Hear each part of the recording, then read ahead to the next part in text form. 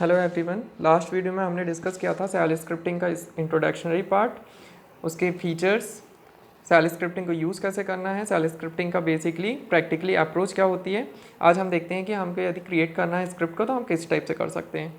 So last video से ही हम continue करते हैं। बेसिकली आज का टॉपिक है क्रिएट अ स्क्रिप्ट। यदि हमको सेल स्क्रिप्ट क्रिएट करना है तो हम उसके लिए यूज़ करेंगे .sh या .bash। मीन्स जो भी हम सेल स्क्रिप्टिंग यूज़ कर रहे हैं उसका एक्सटेंशन हमको यूज़ करना पड़ेगा। लास्ट में हमारा स्क्रिप्टिंग का एक्सटेंशन रहेगा और फर्स्टली हमारा फाइल नेम रहेगा। हमको पता है कि कोई भी फाइल यदि हमको लाइनेक्स में क्रिएट करना है तो हमको वी आई एडिटर में यूज़ करना पड़ता है। वी आई एडिटर होता है जिसके थ्रू हम अपनी स्क्रिप्टिंग को रन करा सकते हैं या फिर टाइप्ड फॉर्म में इसको शो कर सकते हैं। तो हमने देखिए यहाँ पे लिखा वी आई स्पेस दे के लिखा my script dot S H, means हमारा फाइल नेम हो गया my script dot S H, means shell scripting हम यहाँ पर रन करा रहे हैं। इसके अलावा सेटअप का एग्जीक्यूट कराने के लिए हमको परमिशन लेना पड़ेगी। परमिशन लेने के लिए हमको जब हमारा फाइल नेम क्रिएट हो जाएगा और फाइल हमारी ऑलमोस्ट रेडी हो जाएगी तो हम इसको रन कराएंगे। रन कराने के लिए हमको $साइन के साथ लिखना पड़ेगा chmod।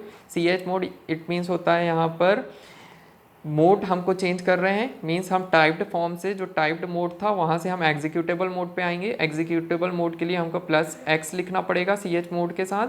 chmod की स्पेलिंग CHMOD रहेगी। +X मीन्स वहाँ पर एग्जीक्यूटेबल को शो कर रहा है। इसके बाद स्पेस देके आपको फाइल नेम लिखना पड़ेगा। फाइल नेम जो भी आपका रहेगा वो .sh। दैन आप इंटर कीजिएगा। इंटर करने के बाद जैसे ही आप इंटर होंगे तो आपको रिटर्न होके फिर से आपका प्रॉम्प्ट मिलेगा, मीन्स रूट पे आएंगे आप। रूट जैसे ही शो होगा मीन्स आप वो जैसे ही आप रूट पे आएंगे मीन्स वहाँ पर ये शो होगा कि आपकी फाइल में कोई भी एरर नहीं है। इसके बाद जब आप रन कराएंगे तो रन कराने के लिए आपको लिखना पड़ेगा /.sh। /.sh लिखेंगे आप। /.sh में आप जैसे ही /बैकस्लैश लगाएंगे .sh मीन्स .sh के पहले आपका फाइल नेम रहेगा। आप इंटर करेंगे आपको प्रॉपरली एक आउटपुट गेन होगा। यहाँ पर रन कराने के लिए देखिए डॉलर के साइन के साथ आप लिख रहे हैं sh बार, या फिर लास्ट लाइन पे आप देखिएगा स्लैश के साइन के पहले आपने लिखा है ./बार, मीन्स यहाँ पे ./ के बाद आपका फाइल नेम रहेगा जो आपको फाइल को एग्जीक्यूट कराने के लिए यूज़ होगा।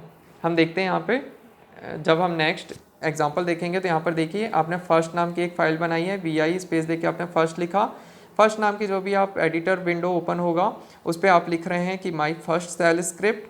क्लियर स्क्रीन के लिए यूज़ होता है। कीवर्ड होता है जो इको डेटा को प्रिंट कराने के लिए यूज़ होता है। डबल इन्वर्टेड कॉमा में आपने लिखा है this is my first script.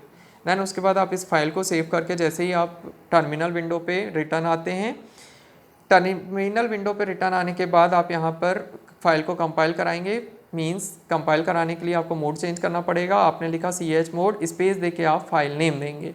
File name के आगे उसने लिखा हुआ है 755 यूनिक्स में +X को डिनोट करता है, तो यहाँ पर आप +X भी लिख सकते हैं। मीन्स हम लिखेंगे chmod +X स्पेस देके फाइल नेम था फर्स्ट। इंटर किए। इंटर करने के बाद जो भी एरर नहीं आएगा आप रिटर्न होके फिर से प्रॉम्प्ट पे आएंगे। प्रॉम्प्ट कराने के बाद आपको फाइल को रन कराना है। रन कराने के लिए आपको लिखना है फाइल नेम था फर्स्ट। इंटर कराएंगे आपको मैसेज प्रिंट होगा this is my first script. इसके अलावा हमारा जो सेल स्क्रिप्टिंग रहती है, सेल स्क्रिप्टिंग में कुछ अर्थमेटिक ऑपरेशंस यूज़ होते हैं जिसके लिए हमको कीवर्ड यूज़ करना पड़ेगा EXPR मीन्स होता है यहाँ पर एक्सप्रेशन। यहाँ पर देखिए सिंटैक्स हो रहा है कि EXPR स्पेस देके आपने लिखा ऑपरेटर 1 जो कि मैथमेटिकल ऑपरेटर है। उसके बाद माइनस का साइन लगा के आप या स्पेस का साइन देके आप लिख सकते हैं ऑपरेटर OP2 यहाँ पर शो कर रहा है ऑपरेटर 2 को। एग्जाम्पल देख लीजिए डॉलर के साइन के साथ आपने लिखा EXPR स्पेस देके 1+3 मीन्स 1+3 दो ऑपरेंट हैं। 1 और 3 दो ऑपरेंट हैं जिनके बीच में अर्थमेटिकल ऑपरेशन लगा हुआ है। एडिशन कर रहे हैं हम दो ऑपरेंट का। Same as it is different type की यहाँ पर देखिए एक्सप्रेशन साइन यूज़ किए हुए हैं, लाइक मल्टीप्लिकेशन है, मॉडुला है, परसेंटेज है।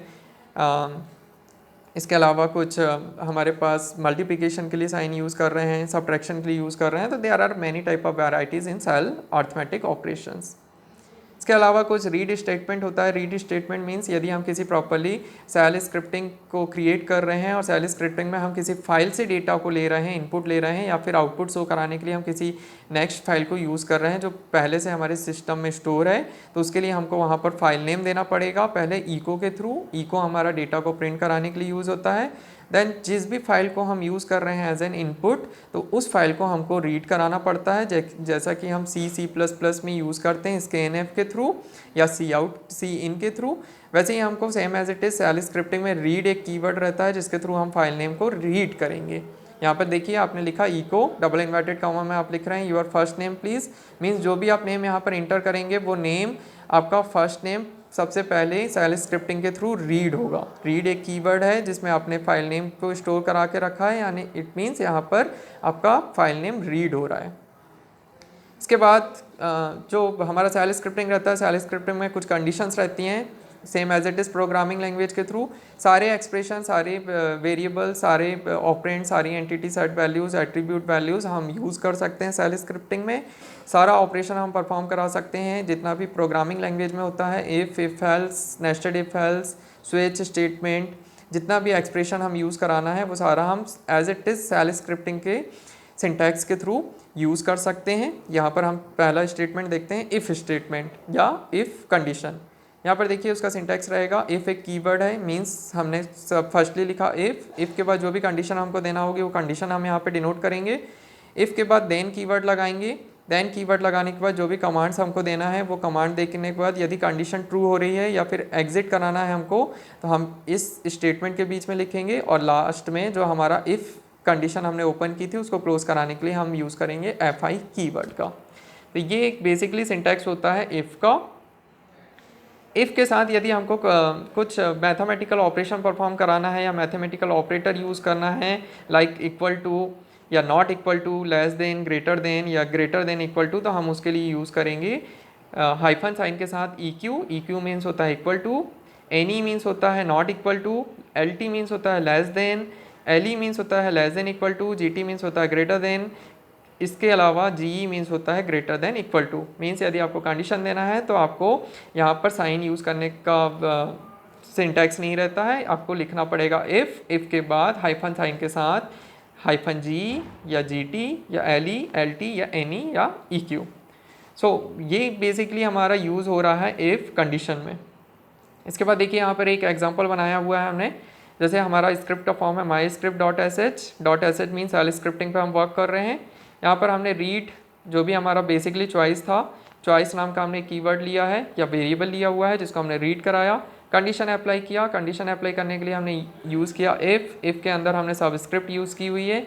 सबस्क्रिप्ट में हम बेसिकली प्रोग्रामिंग लैंग्वेज में स्मॉल ब्रैकेट्स के अंदर कंडीशन देते थे, बट सेल स्क्रिप्टिंग में यहाँ पर प्री डिफाइन है कि हमको सबस्क्रिप्ट का यूज़ करना पड़ेगा। सबस्क्रिप्ट के अंदर हमने लिखा जो भी वेरिएबल हम ले रहे हैं उसको हम डॉलर के साइन के साथ उसमें वैल्यू स्टोर कराएंगे। साथ में हमने कंडीशन दिया कि जो भी वेरिएबल है उसमें ग्रेटर देन नहीं होना चाहिए वो 0 से, मीन्स हाइफन GT यूज़ किया। यदि कंडीशन फुलफिल करेगी तो हम देन कीवर्ड के थ्रू अंदर एग्जीक्यूट में आएंगे, एग्जीक्यूटेबल मोड में जाएंगे तो एग्जीक्यूटेबल मोड में हमारा डेटा को प्रिंट करेगा echo choice number is positive.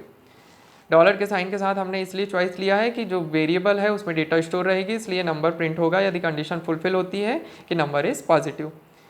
If यदि कंडीशन फॉल्स होती है तो एल्स के थ्रू वो फॉल्स स्टेटमेंट में आएगा और मैसेज प्रिंट कराएगा कि नंबर इज़ नेगेटिव। तो ये इको यहाँ पर मैसेज को प्रिंट करा रहे हैं, इफ़ कंडीशन को प्रिंट करा रहा है। इसके अलावा यदि हमको स्टेटमेंट को क्लोज करना है तो हमको यूज़ करना पड़ेगा fi लास्ट में। Same as it is file को सेव कीजिए, फाइल को सेव करने के बाद कंपाइल कराइए। कंपाइल कराने के लिए chmod स्पेस देके +x के बाद आपका फाइल नेम .sh, इसके बाद रन कराने के लिए आपको यूज़ करना पड़ेगा स्लैश का साइन, डॉट के साइन के बाद स्लैश के बाद फाइल नेम .sh। देन आप इंटर करेंगे तो आपको पॉजिटिव नंबर या नेगेटिव नंबर शो होंगे। सो आज की वीडियो में इतना ही। यदि आपको इस वीडियो में कोई डाउट है तो आप थ्योरी क्लास में अपने डाउट इफ़ स्टेटमेंट के साथ क्लियर कीजिएगा। Thank you.